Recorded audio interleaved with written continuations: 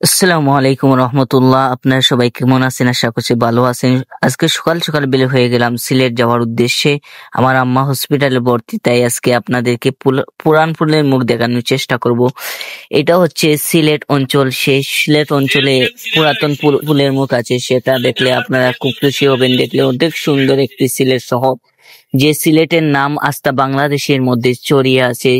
সিলেট দ্বিতীয় লন্ডন হিসাবে আমরা।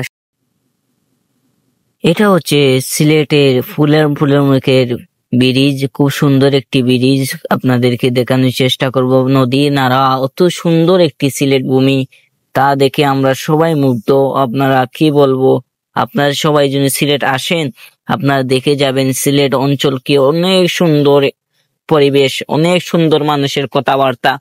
আমরা মুগ্ধ হয়ে যাবেন এই সিলেট অঞ্চলে আসলে, দেখে যাবেন সিলেট অঞ্চলের মানুষের ব্যবহার, চরিত্র, আচরণ। এমন সিলেটের অঞ্চল যে সিলেট দ্বিতীয় লন্ডন হিসাবে স্বীকৃত। আপনারা জানেন সিলেট অঞ্চলে প্রায় হাজার ঘরের মধ্যে প্রায় মানুষ লন্ডনে যাওয়ার উদ্দেশ্যে অ্যাপ্লাই করেছে, এবং কি সিলেট অঞ্চল লন্ডনী, গড়ে গড়ে লন্ডনী মানুষ আছে। এই জন্য সিলেট অঞ্চলে আপনারা আসবেন।